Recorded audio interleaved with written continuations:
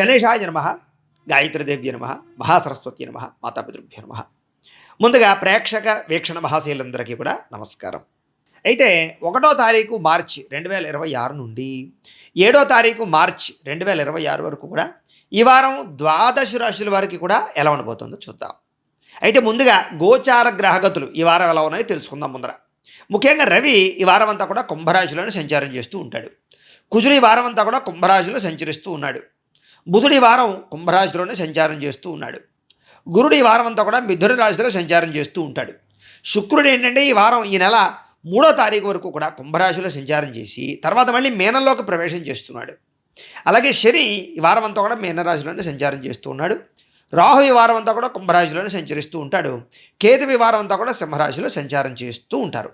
ఈ కారణంగా ద్వాదశ రాశుల వారికి కూడా ఈ వారం ఎలా ఉండబోతుందో చూద్దాం. ఇక కుంభరాశి వారి యొక్క ఫలితాలు. అయితే ఈ వారం మీ గోచార గ్రహగతులు చూసుకున్నట్లయితే కనుక కొంచెం ఇబ్బందులు కనపడుతూ ఉన్నాయి. చాలా జాగ్రత్తగా ఉండాలి.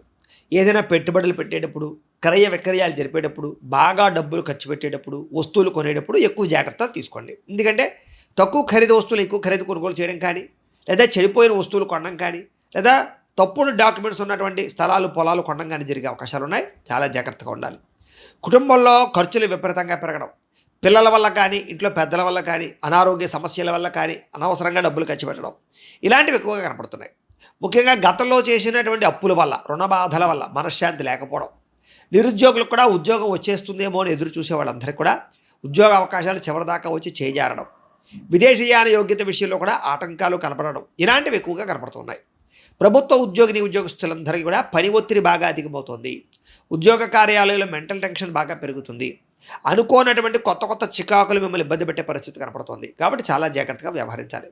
ఇక ప్రైవేటు ఉద్యోగస్తులందరికీ కూడా ఉద్యోగపరంగా సరైన ఎదుగుదల కనపడటం లేదు. మీరు అనుకున్నంత ఇంక్రిమెంట్లు కానీ, ప్రమోషన్లు కానీ, స్థాన బదిలీలు కానీ, లేదా ఆదాయ మార్గాలు కానీ, జీతాలు పెరగడం కానీ ఇలాంటి విషయాలు మీరు ఆశించిన మేర అవకాశాలు అయితే కనపడటం లేదు.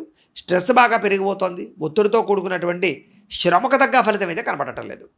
కోర్టు వివాదాలు కానీ, పోలీస్ కేసులు కానీ ఇలాంటి వాటిలో ఇరుక్కున్న వాళ్ళందరికీ కూడా కొత్త సమస్యలు వచ్చి నెత్తి మీద పడే అవకాశాలు ఉన్నాయి. కాబట్టి చాలా జాగ్రత్తగా వ్యవహరించాలి. దైవబలము, గ్రహబలము, జాతక బలము ఉన్నాయి లేదా ఒకసారి చూపించుకుని పరిహారాలు చేయించుకోవాలి. ఇక శారీరకపరమైనటువంటి వ్యామోహాలు కానీ, కోరికలు కానీ బాగా పెరిగిపోవడం వల్ల అనవసరమైనటువంటి సంబంధాలు, వివాహేతర సంబంధాలు ఇలాంటి వాటిలో ఇబ్బందులు పడే అవకాశాలు కనపడుతున్నాయి. జాగ్రత్తగా ఉండాలి. చిన్న అనారోగ్య సమస్యల వల్ల ఇబ్బందులు పడే పరిస్థితి కనపడుతుంది. కాబట్టి ఆరోగ్యం పట్ల ఎక్కువ శ్రద్ధ పెట్టండి. ఆరోగ్యం విషయంలో చాలా జాగ్రత్తలు తీసుకోండి. ఇక ఎన్ఆర్ఐలు అంటే ఇతర దేశాల ఉండే భారతీయులందరికీ కూడా ఉద్యోగపరంగా ఇబ్బందులు, ఆర్థిక ఇబ్బందులు బాగా కనపడుతుంది. కాబట్టి ఉద్యోగాల విషయాల్లో ఎక్కువ శ్రద్ధ పెట్టండి. లేదా అక్కడ ఉండే పరిస్థితుల్ని, వాతావరణాన్ని అర్థం చేసుకోవడానికి ప్రయత్నం చేయండి. ముఖ్యంగా నరఘోష విపరీతంగా పెరిగిపోతుంది. కాబట్టి కొంచెం చాలా జాగ్రత్తగా వ్యవహరించండి. మిత్రులతో వివాదాలు కనపడుతున్నాయి. అలాగే క్రయ విక్రయాల ఇబ్బందులు కనపడుతున్నాయి. లిఖితపూర్వక వ్యవహారాల ఇబ్బందులు కనపడుతున్నాయి. కాబట్టి అలాంటి విషయాల్లో ఎక్కువ జాగ్రత్తలు తీసుకోండి. అలాగే కొత్త ఆదాయ మార్గాలు అన్వేషించడానికి ప్రయత్నం చేసినట్లయితే మీకు ఆదాయ మార్గాలు వస్తాయి. వచ్చినటువంటి ఆదాయాన్ని ఎలా ఖర్చు పెట్టాలి, ఎలా పొదుపు చేయాలనే విషయం పట్ల మాత్రం ఎక్కువ ఆసక్తి చూపించే ప్రయత్నం చేయడం చాలా మంచిది. ఇక అనారోగ్య సమస్యలు కానీ, దీర్ఘకాలిక రోగాలు ఉన్నవారికి కానీ ఎక్కువగా శస్త్రచికిత్స అవకాశాలు, ప్రమాదాలు కనపడుతున్నాయి. జాగ్రత్త. రాత్రి ప్రయాణాలు చేసేవారు జాగ్రత్తగా ఉండండి. లేదా వాహనాలు ఓవర్ స్పీడ్గా నడపడానికి ప్రయత్నం చేయకండి. సీట్ బెల్ట్లు, హెల్మెట్లు ఖచ్చితంగా పెట్టుకోండి. ప్రయాణాల్లో ప్రమాదాల ప్రభావం చాలా ఎక్కువగా కనపడుతుంది. కాబట్టి జాగ్రత్తతోటి, శ్రద్ధతోటి మాత్రం ప్రయాణాలు చేయడానికి ప్రయత్నం చేయండి. బాగా దూర ప్రయాణాలు, వాహనాల మీద ప్రయాణం చేయాలనుకునే వారు అవాయిడ్ చేయడమే మంచిది. ఇక వివాహ సంబంధాలు కొంచెం నత్తనడగ్గా సాగే అవకాశం కనపడుతోంది. సంబంధాలు కుదిరినా కూడా మళ్ళీ తిరిగి చెబుతా ఉండవో, లేకపోతే ఏదో రకంగా ఆలస్యం అవ్వడమో, ఇంట్లో ఎవరో ఒకరికి తేడా రావడమో, ఈ రకంగా వివాహ సంబంధాలు అయిపోతుంది, కుదిరిపోతుంది అనుకునేటువంటిదే ఆలస్యం అయిపోయే పరిస్థితులు కనపడుతున్నాయి. ఇక అనవసరమైన గొడవల పట్ల ప్రేమికుల మధ్య దూరం జరగడం కానీ, భార్యాభర్తల మధ్య అనుమానపు ఆలోచనలతోటి ఇబ్బంది పడి దూరం జరగడం కానీ ఇలాంటి సమస్యలు అధికంగా కనపడుతున్నాయి. జాగ్రత్తగా ఉండాలి. ఇక గృహ నిర్మాణ పనులు కొంచెం ఆలస్యంగా సాగుతాయి, లేదా ఖర్చులు విపరీతంగా సాగుతాయి. కాబట్టి గృహ నిర్మాణ పనులు ఉండేటటువంటి వారు 1కి 10 సార్లు లావాదేవీలు ఆచితూచి వ్యవహరించండి. ఇక బ్యాంకు లావాదేవీలన్నీ కూడా చికాకు కలిగించడము, లేదా రుణాలు మంజూరు అయ్యేటటువంటి విషయంలో బ్యాంకు విషయంలో ఇబ్బందులు తలెత్తడము, లేదా ఏదైనా కొత్త వస్తువులు కొనాలని ఈఎంఐ కోసం ప్రయత్నం చేస్తూ ఉన్నట్లయితే కనుక, లేదా రుణం కోసం ప్రయత్నం చేస్తూ ఉన్నట్లయితే కనుక డాక్యుమెంట్ పరమైనటువంటి పనులు లేట్ అవ్వడము ఇలాంటివి, వీటి వల్ల కొంచెం చికాకులు కనపడుతున్నాయి బ్యాంకు లావాదేవీలు. ప్రయాణాల్లో కూడా తొందరపడి ప్రయాణాలు చేయకండి.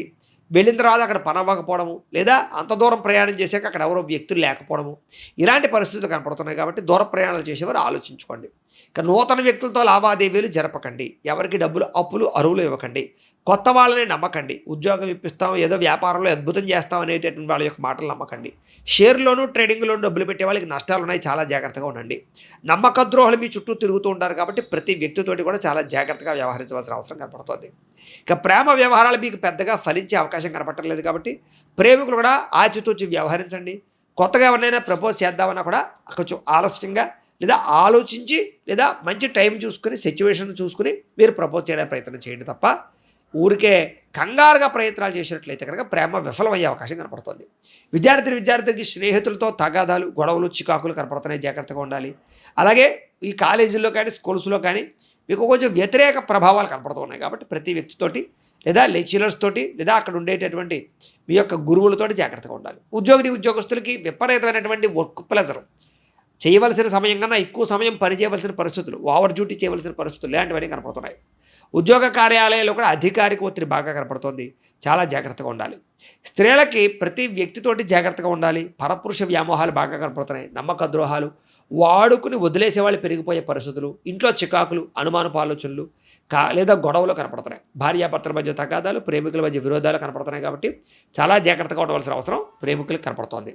ఇక వ్యాపారస్తులందరూ కూడా వ్యాపారపరంగా అక్రమ మార్గంలో డబ్బులు సంపాదించాలని చేసే వ్యాపారాల్లో నష్టాలు, లేదా వ్యాపారపరంగా స్వల్ప ఇబ్బందులు కనపడుతున్నాయి కాబట్టి సక్రమ మార్గంలో వ్యాపారాలు చేయండి. పెట్టుబడుల దగ్గర లాభాలైతే కనపడటం లేదు, ఆచితూచి వ్యవహరించండి. ఎవరిని నమ్మకండి. వ్యాపారాల్లో కొత్త నిర్ణయాలు తీసుకోండి. మెలకుగా ఉండడానికి ప్రయత్నం చేయండి, లేదా రుణాలు తగ్గించుకోవడానికి ప్రయత్నం చేయండి. వ్యాపారాల్లో కొత్త వరవడితో ఫోకస్ చేయడానికి ప్రయత్నం చేసినట్లయితే కనుక మీకు వ్యాపారాల్లో నష్టాలు లేకుండా ఉంటాయి. ఏది ఏమైనా కూడా ఈ వారం స్వల్ప ఇబ్బందులు, ప్రతిబంధకాలు ఎక్కువగా కనపడుతున్నాయి కాబట్టి తగు జాగ్రత్తలు తీసుకోవాల్సిందిగా ఈ రాశి వారికి తెలియజేస్తూ, గోబ్రాహ్మణేభ్యః శుభమస్తు నిత్యం. లోకా సమస్తాః సుఖినో భవంతు. స్వస్తి.